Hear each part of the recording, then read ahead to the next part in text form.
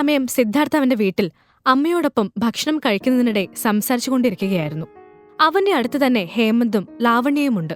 കഴിക്കു മക്കളെ, ഗീത പറഞ്ഞു. സിദ്ധാർത്ഥന്റെ അച്ഛൻ വിശ്വനാഥനും അവിടെ ഉണ്ടായിരുന്നു. അല്ല ആന്റി, ഇത്ര കാലം കഴിഞ്ഞിട്ടും ആന്റിയുടെ സൗന്ദര്യത്തിന് ഒരു കുറവും വന്നിട്ടില്ലല്ലോ. ഇതെങ്ങനെ ഇങ്ങനെ മെയിൻറ്റെയിൻ ചെയ്യുന്നേ? ലാവണ്യ ഗീതയൊന്ന് സുഖിപ്പിക്കാൻ വേണ്ടി തന്നെ പറഞ്ഞു. അത് കേട്ട് സിദ്ധാർത്ഥും ഹേമന്തും പരസ്പരം നോക്കി. മോൾക്കൊരു മാറ്റമില്ലല്ലോ, നല്ല സുന്ദരി കുട്ടിയായി തന്നെയല്ലേ ഇരിക്കുന്നത്? ലാവണ്യയെ നോക്കി ഗീത പറഞ്ഞു. അത് കേട്ട് ലാവണ്യ നാണത്തോടെ സിദ്ധാർത്ഥന്റെ നേർക്ക് നോക്കി.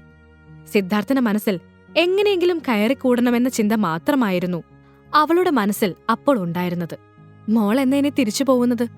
ഗീത ചോദിച്ചു. അത് കേട്ട് ലാവണ്യ തല ഉയർത്തി അവരെ നോക്കി. ഉടനെ ഒന്നും പോകുന്നില്ല ആന്റി, ഇനിയിപ്പോ ഒരു കല്യാണമൊക്കെ കഴിച്ച് ഇവിടെ തന്നെ അങ്ങ് കൂടിയാലോ എന്ന് ആലോചിക്കുന്നു. ലാവണ്യ സിദ്ധാർത്ഥന്റെ നേർക്ക് ഒളികണ്ണിട്ട് നോക്കിക്കൊണ്ട് പറഞ്ഞു. അത് കേട്ട് ഹേമന്തിനും സിദ്ധാർത്ഥിനും ഒരുപോലെ ദേഷ്യം വന്നു. അവൾ ഉദ്ദേശിക്കുന്നത് സിദ്ധാർത്ഥിനെ വിവാഹം ചെയ്യുന്ന കാര്യമാണെന്ന് രണ്ടുപേർക്കും മനസ്സിലായിരുന്നു. ഗീതയ്ക്ക് പക്ഷേ ഒന്നും മനസ്സിലായില്ല. അവർ സിദ്ധാർത്ഥിനെ നേർക്ക് നോക്കി പറഞ്ഞു. അത് തന്നെയാ മോളെ നല്ലത്. ദേ, ഇവിടെ ഒരുത്തനിരിക്കുന്നത് കണ്ടോ? അവനോടൊരു വിവാഹം കഴിക്കാൻ ഞാൻ എത്ര നാളായി പറയുന്നു അറിയോ? അവനത് കേൾക്കുന്ന മട്ടില്ല. ഗീത പറഞ്ഞു. അമ്മേ, അതൊക്കെ ഇപ്പോഴാണോ സംസാരിക്കുന്നത്? ഇവര് പോയിട്ട് നമുക്ക് അതേപ്പറ്റി വിശദമായി സംസാരിക്കാം. സിദ്ധാർത്ഥ് ഉടനെ പറഞ്ഞു. സിദ്ധാർത്ഥ് തന്നെ അപ്പോഴും അന്യായി തന്നെയാണ് കാണുന്നതെന്ന് ലാവണ്യയ്ക്ക് തോന്നി. അവൾക്കതിൽ നല്ല വിഷമവും ഉണ്ടായിരുന്നു. പക്ഷെ അവൾ ആ വിഷമം മറ്റാരും അറിയാതിരിക്കാൻ ശ്രദ്ധിച്ചു. ഭക്ഷണം കഴിച്ച ശേഷം സിദ്ധാർത്ഥ് അവിടെ നിന്നും ഹാളിലേക്ക് പോയി. വിശ്വനാഥും ഹേമന്തും അവന്റെ പിന്നാലെ തന്നെ ഉണ്ടായിരുന്നു. ലാവണ്യയും ഗീതയും ലിവിംഗ് റൂമിൽ തന്നെ ഇരുന്ന് സംസാരിച്ചു.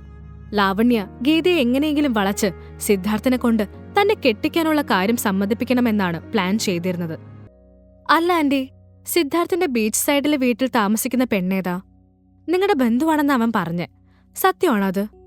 ലാവണ്യ ചോദിച്ചത് കേട്ട് ഗീത വിശ്വനാഥ് ആകെ അമ്പരന്നു. എന്താ, സിദ്ധാർത്ഥന്റെ ഒപ്പം ഒരു പെണ്ണോ? ഗീത വീണ്ടും ചോദിച്ചു. അതെ ആന്റി, ഞങ്ങളന്ന് പോയപ്പോ അറിഞ്ഞതാണ്. അവിടെ ഒരു പെണ്ണ് താമസിക്കുന്നുണ്ടായിരുന്നു. അവളെയും കൂട്ടി സിദ്ധാർത്ഥ പാർട്ടിക്കൊക്കെ വന്നിരുന്നു. ലാവണ്യ പറഞ്ഞു. അത് കേട്ട് ഗീതയുടെ മനസ്സിൽ അത്ഭുതമാണ് തോന്നിയത്. ചെറുപ്പകാലം മുതലേ സിദ്ധാർത്ഥ് ഒറ്റയ്ക്ക് ജീവിക്കാനാണ് താല്പര്യപ്പെട്ടിരുന്നത്. അടുത്ത സുഹൃത്തുക്കളെപ്പോലും സിദ്ധാർത്ഥ കൂടെ താമസിപ്പിക്കാറില്ല. അങ്ങനെയുള്ള അവനാണ് ഇപ്പോൾ ഒരു പെണ്ണിനെ കൂടെ താമസിപ്പിച്ചിരിക്കുന്നുവെന്ന് ലാവണ്യ പറയുന്നത്. അവൾക്ക് കള്ളം പറയേണ്ട ആവശ്യവുമില്ല. എന്തായാലും സിദ്ധാർത്ഥന്റെ മനസ്സിൽ അങ്ങനെ ആരെങ്കിലും ഉണ്ടെങ്കിൽ, അഥവാ അവന്റെ കൂടെ ഒരു പെണ്ണ് താമസമുണ്ടെങ്കിൽ, എന്നും അവൻ ആ പെണ്ണിന്റെ കൂടെ സന്തോഷമായി ജീവിക്കട്ടെ എന്ന് ഗീത പ്രാർത്ഥിച്ചു. അപ്പോൾ ലാവണ്യ വീണ്ടും ചോദിച്ചു. അങ്ങനൊരു ബന്ധമുണ്ടോ സിദ്ധാർത്ഥന്? ലാവണ്യ ചോദിച്ചത് വ്യക്തമായി കേട്ടെങ്കിലും ഗീത മറുപടിയൊന്നും പറഞ്ഞില്ല. അപ്പോൾ അവിടേക്ക് സിദ്ധാർത്ഥും അച്ഛനും ഹേമന്തും വന്നു. അവര് മൂന്നുപേരും പെട്ടെന്ന് വന്നത് കണ്ടപ്പോൾ ലാവണ്യ സംസാരം പകുതിയിൽ നിർത്തി. ഗീതയും പിന്നെ ഒന്നും പറഞ്ഞില്ല. സിദ്ധാർത്ഥനോട് ലാവണ്യ പറഞ്ഞ കാര്യങ്ങളെക്കുറിച്ച് ചോദിക്കണമെന്ന് ഗീതയ്ക്ക് ആഗ്രഹമുണ്ടായിരുന്നു.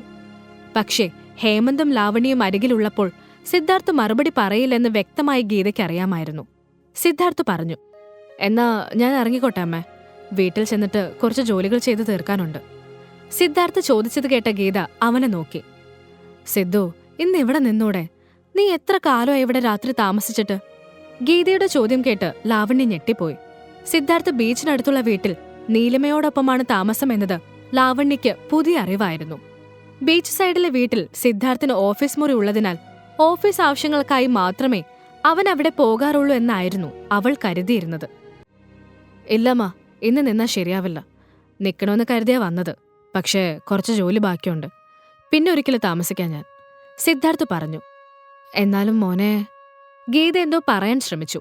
അത് കണ്ട വിശ്വനാഥ് അവളെ തടഞ്ഞു. ഗീത, മതി. അവൻ പഴയ പോലെ ചെറിയ കുട്ടിയൊന്നുമല്ല. ഒരുപാട് കാര്യങ്ങൾ നോക്കാനുണ്ടവന്. മോൻ പൊക്കോ, പിന്നെ വന്നാ മതി, വിശ്വനാഥ് പറഞ്ഞു. സിദ്ധാർത്ഥ് അപ്പോൾ അച്ഛനെ നോക്കി താങ്ക്സ് എന്ന് കണ്ണുകൊണ്ട് കാണിച്ചു. വിശ്വനാഥ് അത് കണ്ട് ചിരിച്ചു. ലാവണ്യ അപ്പോഴും അമ്പരപ്പ് മാറാതെ നിൽക്കുകയാണ്. എന്നാ പിന്നെ ഞങ്ങളും ഇറങ്ങിക്കോട്ടെ ആന്റി, ഹേമന്ത് പറഞ്ഞു. അപ്പോഴാണ് ലാവണ്യയ്ക്ക് സ്ഥലകാലബോധം വന്നത്. സിദ്ധാർത്ഥ് അപ്പോഴേക്കും അമ്മയോടും അച്ഛനോടും യാത്ര പറഞ്ഞ ശേഷം ഇറങ്ങിപ്പോയിരുന്നു. ലാവണ്യ മനസ്സില്ലാ മനസ്സോടെ ഹേമന്തിന്റെ കൂടെയും ഇറങ്ങി. അപ്പോൾ ഗീത സിദ്ധാർത്ഥ് പോകുന്നത് നോക്കി നിന്നു. അല്ല, ഇതെന്താ നീ ഇങ്ങനെ അമ്പരന്ന് നിൽക്കുന്നത്? ഭാര്യയുടെ മൂകമായ നിൽപ്പ് ശ്രദ്ധിച്ച വിശ്വനാഥ് ചോദിച്ചു. പിറ്റേന്ന് രാവിലെ ഓഫീസിൽ പോവാനുള്ള തയ്യാറെടുപ്പിലായിരുന്നു നീലിമ. സിദ്ധാർത്ഥ രാവിലെ തന്നെ വീട്ടിൽ നിന്നും ഓഫീസിലേക്ക് ഇറങ്ങി. ഈ സിദ്ധാർത്ഥന്റെ ഒരു കാര്യം, ഇയാൾക്ക് ഞാൻ ഇയാളുടെ ആരുമായിട്ട് തോന്നുന്നില്ലേ ആവോ? രാവിലെ പോവുമെങ്കിൽ ഒന്ന് പറഞ്ഞിട്ടൊക്കെ പോയാലെന്താ? നീലിമ മനസ്സിൽ ആലോചിച്ചു. അപ്പോഴേക്കും അവിടേക്ക് മല്ലിക വന്നു. സിദ്ധുമോൻ മോളോടൊരു കാര്യം പറയാൻ പറഞ്ഞു. വളരെ തിരക്കുള്ളതുകൊണ്ടാണ് മോൻ നേരത്തെ പോകുന്നത്. അതുകൊണ്ട് മോൾ അവനെ കാക്കണ്ട, ഓഫീസിലേക്ക് പൊക്കോളാൻ പറഞ്ഞു. മല്ലിക പറഞ്ഞു. അത് കേട്ട് നീലിമ പറഞ്ഞു, അത് സാരില്ല മല്ലികാമേ, ഞാൻ ഒറ്റയ്ക്ക് പോയിക്കോളാം. മല്ലിക അത് കേട്ട് ചിരിച്ചു. മോൾക്ക് മോനെ നന്നായി മിസ് ചെയ്യുന്നുണ്ടല്ലേ? പോട്ടെ, സാരമില്ല, ഞാൻ അശ്വിനെ കൊണ്ട് വിട്ടിട്ട് വരാം, മല്ലിക പറഞ്ഞു. വേണ്ട മല്ലികാമേ, എന്തായാലും ഞാൻ പോകുന്നുണ്ടല്ലോ അതുവഴി, ഞാൻ അവനെ സ്കൂളിൽ വിട്ടേക്കാം. മല്ലികാമയ്ക്ക് ഒരുപാട് ജോലിയുള്ളതല്ലേ, നീലിമ പറഞ്ഞു. അത് കേട്ട് മല്ലിക അവളെ നോക്കി. എന്നാ ഞാൻ കുഞ്ഞിനുള്ള ഭക്ഷണം എടുത്ത് വെക്കട്ടെ, മോള് പോവല്ലേ? മല്ലിക അത്രയും പറഞ്ഞിട്ട് അകത്തേക്ക് പോയി. അശ്വിൻ സിദ്ധാർത്ഥിനെ കാണാത്തതുകൊണ്ട് ആകെ മൂഡ് ഓഫ് ആയിരുന്നു. ഭക്ഷണം കഴിച്ച ശേഷം നീലിമ അശ്വിനെയും കൂട്ടി പുറത്തേക്കുള്ള വാതിൽ തുറന്നു. വരാന്തയിൽ നിൽക്കുന്ന ആളെ കണ്ട് നീലിമ സ്തംഭിച്ചു നിന്നുപോയി. അത് സിദ്ധാർത്ഥിന്റെ അമ്മ ഗീതയായിരുന്നു. നീലിമയെ അവിടെ കണ്ട അമ്പരപ്പ് അവരുടെ മുഖത്തുമുണ്ടായിരുന്നു. മോളായിരുന്നു ഇവിടെ ഉണ്ടായിരുന്നത്? ഗീത അത്ഭുതത്തോടെ ചോദിച്ചു. നീലിമ എന്ത് പറയണമെന്നറിയാതെ തരിച്ചു നിന്നുപോയി. അതമ്മ ഞാൻ... നീലിമ വാക്കുകൾ കിട്ടാതെ പതറി. അച്ചുകുട്ട, വന്നേ, ചോദിക്കട്ടെ. ഗീത അശ്വിനെ അടുത്തേക്ക് വിളിച്ചു. അവൻ സിദ്ധാർത്ഥിനെ കാണാത്ത വിഷമത്തിലായിരുന്നതുകൊണ്ട് അവരെ വലിയ മൈൻഡ് ചെയ്തില്ല. മോള് ഓസ്ട്രേലിയയിലേക്ക് തിരിച്ചു പോകുന്നു എന്നല്ല അന്ന് പറഞ്ഞത്, പിന്നെന്താ പറ്റിയേ? ഗീത ചോദിച്ചു. അത് എനിക്ക് ഇവിടെ തന്നെ ഒരു ജോലി സിദ്ധാർത്ഥ സാറ് ശരിയാക്കി തന്നിരുന്നു. അപ്പോ വേറെ താമസിക്കാൻ സ്ഥലം കിട്ടാത്തതുകൊണ്ട് ഇവിടെ താമസിക്കുന്നേ ഉള്ളൂ. ഗീതയുടെ മനസ്സിൽ മറ്റെന്തെങ്കിലും സംശയം വരാതിരിക്കാൻ വേണ്ടിയാണ് അവൾ അങ്ങനെ പറഞ്ഞത്. തന്റെ വീട്ടുകാർ കാരണമാണ് തനിക്ക് തിരികെ പോവാൻ പറ്റാതെ ഇരുന്നതെന്ന് നീലിമ അവരോട് പറഞ്ഞില്ല. അതിന് ഞാനത് ചോദിച്ചില്ലല്ലോ. മോൾ ഇവിടെ താമസിക്കുന്നത് എനിക്കൊരു പ്രശ്നവുമില്ല. അല്ല, മോൾ ഓഫീസിലേക്കാണോ? ഗീത ചോദിച്ചു. അതെ അമ്മേ, മോനെ സ്കൂളിലും വിടണം, നീലിമ പറഞ്ഞു. അവൾക്ക് നല്ല പരിഭ്രമമുണ്ടായിരുന്നു.